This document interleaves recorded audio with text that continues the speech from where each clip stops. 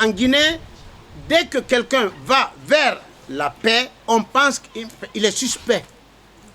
Il est suspect. Alors donc, je répète que notre effort est citoyen. Il n'est pas le mandat ou la mission ou commission ni du gouvernement, ni des partis politiques de l'opposition. C'est une mission citoyenne. Et nous demandons aux uns et aux autres de porter leurs revendications. Quelqu'un m'a posé la question, parmi les leaders des partis politiques, qui m'a posé la question de savoir, alors, pourquoi le président Mamadi Doumbouya n'a pas quitté le 31? Je dis, mais puisque tu poses cette question, nous sommes déjà le 20 janvier, donc la question est caduque. Et vous, journalistes, vous avez un rôle à jouer dans l'interprétation des questions. C'est-à-dire, lorsqu'il y a plusieurs tentatives de paix, plusieurs tentatives de dialogue, plusieurs tentatives de facilitation et de médiation, cela ne signifie pas un échec. Cela est un progrès. La paix est un instant de bonheur, un souhait de tranquillité. Alors, lorsque vous priez, vous demandez la paix à Dieu, qu'il vous l'accorde. Mais accordez-vous aussi à votre prochain. C'est de ça qu'il s'agit. Lorsqu'on parle de dialogue, nous voulons parler de dialogue inclusif. Et pourquoi il y a médiation ou facilitation?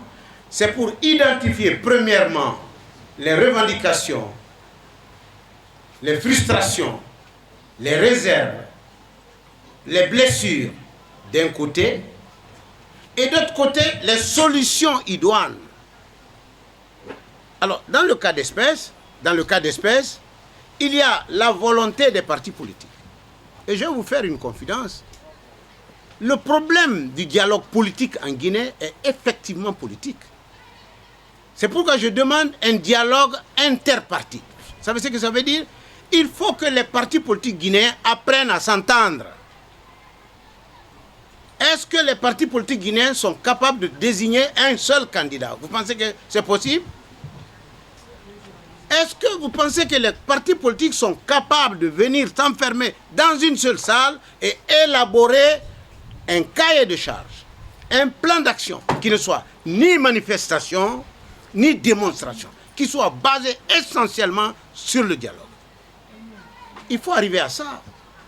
Ma dernière participation à une réunion du collectif des partis politiques, c'était le 22 février 2022. Nous avons passé la journée à s'insulter.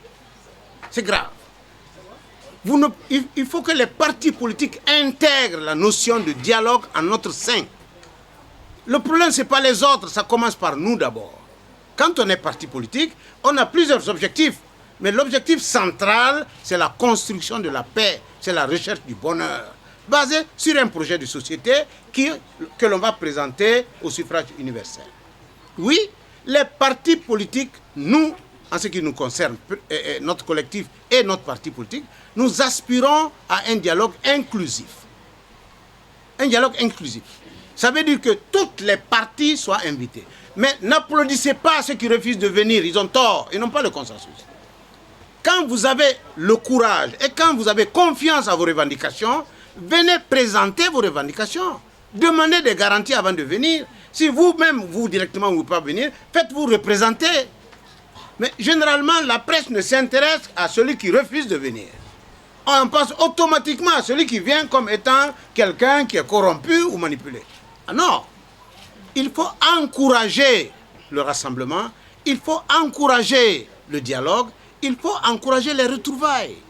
Quelle que soit la personne, quand tu es au pouvoir aujourd'hui, les gens ne regardent que la belle voiture dans laquelle tu te trouves, la belle villa que tu as eue il n'y a même pas 3 mois, ou les dépenses que tu fais. L'être humain, passager, aucun être humain n'aura 150 ans. Ne regardez pas ça. Regardez la nation. Regardez l'avenir de la nation. Et voyez quel rôle vous avez joué, ou vous allez jouer dans la construction de l'édifice national.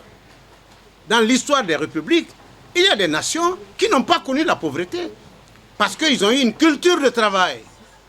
Et ils sont bienveillants. C'est la bienveillance. Contre la misanthropie. C'est-à-dire, en Guinée, dès que quelqu'un va vers la paix, on pense qu'il est suspect. Il est suspect. Alors donc, je répète que notre effort est citoyen, il n'est pas le mandat ou la mission ou commission ni du gouvernement, ni des partis politiques de l'opposition, c'est une mission citoyenne. Et nous demandons aux uns et aux autres de porter leurs revendications. Quelqu'un m'a posé la question, parmi les leaders des partis politiques, qui m'a posé la question de savoir, alors, pourquoi le président Mamadi Doumbouya n'a pas quitté le 31? Je dis, mais puisque tu poses cette question, nous sommes déjà le 20 janvier, donc la question est caduque.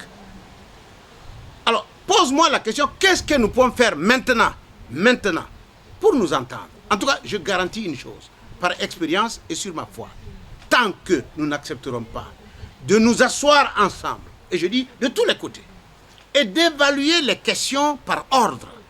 Aujourd'hui, parler de candidature n'est pas le vrai débat. Parler de la Constitution, du projet de Constitution, c'est ça le vrai débat. Les hommes passent, le peuple reste. C'est les documents fondamentaux qui vont gouverner l'avenir de notre pays. Parlons de cela d'abord. Et préparons le vote référendaire. Que les partis politiques, les organisations de la société civile s'impliquent dans ce processus. Si le non remporte, on sera obligé de rebelloter. Si le oui remporte, force reste à la loi. Et donc le combat, c'est à ce niveau-là. Le combat n'est pas ailleurs, à mon avis. Et pour régler cette équation, il faut être présent. Pour être présent, il faut être de bonne volonté. Pour démontrer sa bonne volonté, il faut demander ses garanties. Qu'est-ce que vous avez comme problème? Nous allons dire au gouvernement, voilà les garanties que nous demandons. Le gouvernement va nous dire aussi, voilà les garanties que nous demandons. Si nous arrivons à ça, il faut aussi que chacun respecte ses garanties. Donc, notre démarche associe chacun d'entre nous ici et d'autres personnes de bonne volonté, parce que ceux qui sont au pouvoir sont des Guinéens. Si vous prenez 20 parmi nous ici, 30 ou 40 parmi nous ici, c'est sûr que quelqu'un a un parent membre du gouvernement. C'est sûr. Ou un voisin, un promotionnaire. Il est indéniable que lorsque vous regardez l'opposition, que chacun de nous, un d'entre nous au moins, a un parent, un ami, un voisin, un promotionnaire. Alors, c'est ça, c'est dans cette source-là qu'il faut puiser les solutions. La solution n'est pas loin de nous, elle est guinéenne. Que les partis politiques s'organisent et s'engagent dans ce processus de dialogue renouvelé. C'est une chance pour nous pour continuer dans le processus social et politique. Pour une fois, pour la première fois, il y a un groupe de partis politiques, c'est une première initiative. Donc, lorsque vous prenez la cartographie du conflit en question pendant une transition, parce que pendant la transition, il n'y a pas d'opposition ou de majorité.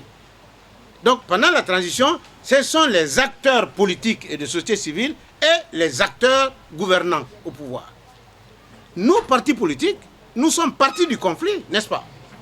Nous sommes une partie du conflit. Nous sommes concernés par le conflit. C'est-à-dire par la réforme constitutionnelle, par le retour à l'ordre constitutionnel. Nous avons des demandes à poser. Nous avons des revendications. Surtout lorsque nous pouvons dire, nous avons un membre de tel parti qui est en prison, nous avons un membre de tel parti qui est à l'extérieur, nous avons un autre membre de tel parti qui est sanctionné. Alors, ce sont des revendications à porter. Mais il faut être présent pour porter ces revendications. Alors, pour la première fois dans l'histoire politique de la République, il y a une partie du conflit qui se constitue en médiateur. Il y a une partie des partis politiques qui veut la médiation. Et je suis heureux de porter cette parole-là.